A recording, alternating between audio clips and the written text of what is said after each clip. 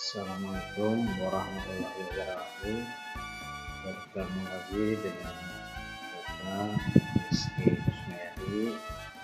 Pada kali ini kita akan membahas konsep wilayah dan tata ruang untuk geografi kelas 12. Tujuan pembelajaran kita kali ini adalah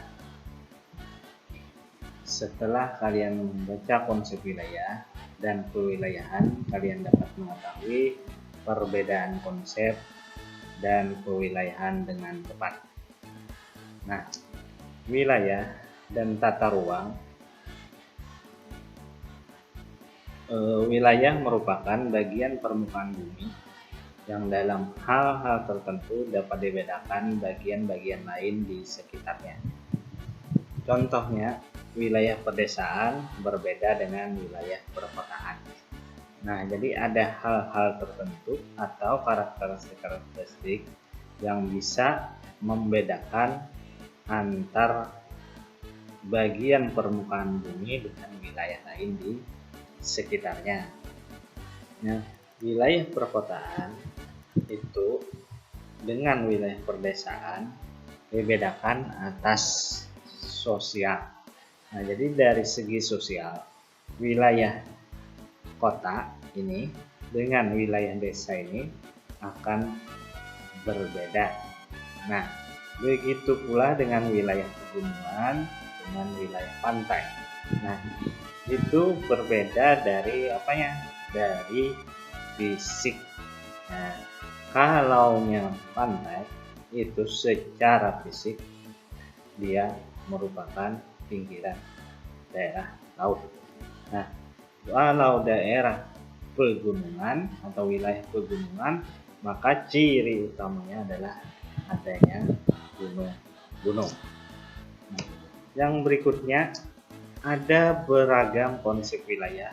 Dan hal ini terjadi karena adanya perbedaan dalam permasalahan ataupun tujuan pengembangan wilayah. Yang pertama ada wilayah formal atau homogen.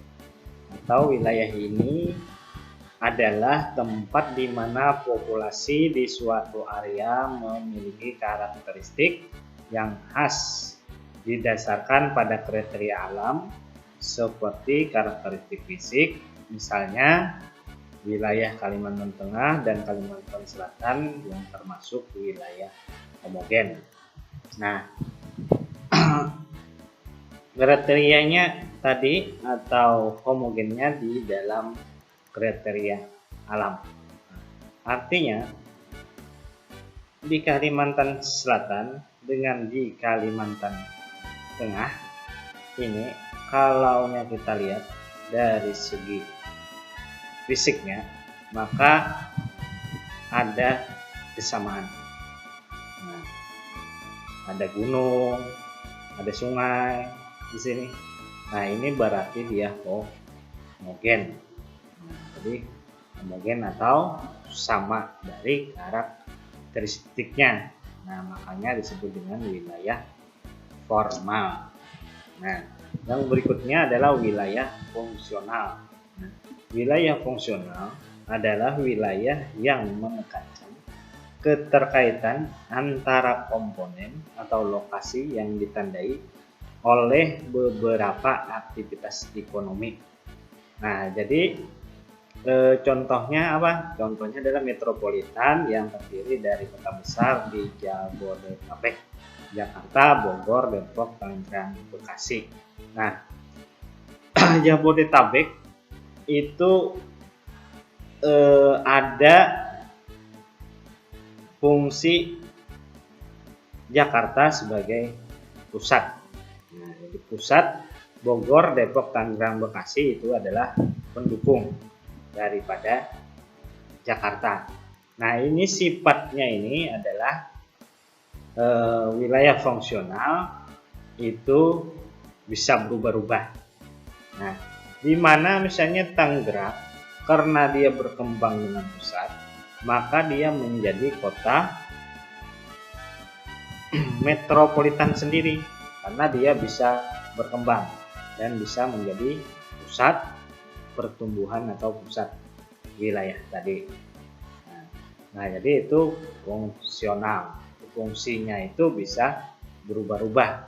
Yang asalnya tadi dari pendukung, wilayah pendukung bisa menjadi pusat pertumbuhan. Nah, yang ketiga adalah wilayah vernakular atau wilayah perseptual atau wilayah yang berada di dalam pikiran. Nah, wilayah vernakular adalah wilayah perseptual yang memiliki identitas unik karena persepsi orang tentang wilayah tersebut. Jadi persepsi atau pikiran orang. Nah, jadi bagaimana ini orang banyak mempersepsikan suatu wilayah. Misalnya apa sini? Kota Bogor sebagai kota Koja, Pekalongan sebagai kota Batik, Banda Aceh sebagai Serambi Mekah.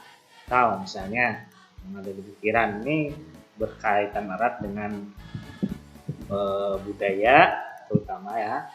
Nah, jadi misalnya kota Kandangan, nah terkenal dengan Bodol. Nah, ya. Terus ada kota Barabai, misalnya dengan Apam. Nah, Apam Barabai. Atau misalnya Banjarmasin terkenal atau dipersepsikan dengan kota 1000 sungai. Nah, itu berarti wilayah vernakular. Nah, wilayah vernakular ini untuk batas-batas wilayahnya itu tidak terlihat secara jelas atau tidak memiliki batasan-batasan jelas wilayahnya. Nah, karena ini hanya persepsi dari. Nah, yang berikutnya perwilayahan atau regionalisasi merupakan upaya untuk membagi-bagi permukaan bumi menjadi unit-unit teritorial dalam lingkup dan tujuan tertentu. Nah, salah satu contohnya adalah kawasan di dunia adalah kawasan ASEAN yang terdiri dari negara-negara di Asia Tenggara. Ini pada gambar ini bisa kita lihat itu wilayah ASEAN. Nah, inilah wilayah ASEAN yang asalnya tadi dunia, nah dibagi, nah atau dibatasi, ya dibatasi menjadi kawasan ASEAN atau kita kenal dengan Asia Tenggara. Nah, Asia Tenggara itu apa aja wilayah yang ada di dalamnya ini? Kawasan yang berada di dalam ini adalah Indonesia, ini termasuk Singapura, Kamboja, Thailand, Myanmar, Malaysia, Vietnam, Laos, Filipina, Brunei, Darussalam. Nah, dan ada satu lagi mungkin di gambar ini tidak ada, yaitu di sini kira-kira negara apa? Pecahan dari Indonesia, yaitu Timor Leste. Iya, terus sekali. Nah, berikutnya tata ruang adalah wujud struktur ruang dan pola ruang. Pengertian ruang dalam geografi selalu berkaitan dengan permukaan bumi. Pada gambar tampak kawasan Gunung Tambora yang berdiameter 6 km dan dalamnya 1100 meter. Nah, jadi ini strukturnya. Nah, bentuk atau strukturnya, artinya diameternya, kedalamannya. Jadi di ruang ini dalamnya adalah 6 kilo dan diameternya adalah 6 km dan dalamnya adalah 1100 meter. Nah, mungkin itu saja yang bisa Bapak sampaikan pada kali ini. Terima kasih yang sudah mengikuti pembelajaran. Jangan lupa cuci tangan, pakai masker, dan jaga jarak ketika kita berada di kerumunan. Nah, sampai jumpa pada pertemuan berikutnya. Assalamualaikum warahmatullahi wabarakatuh.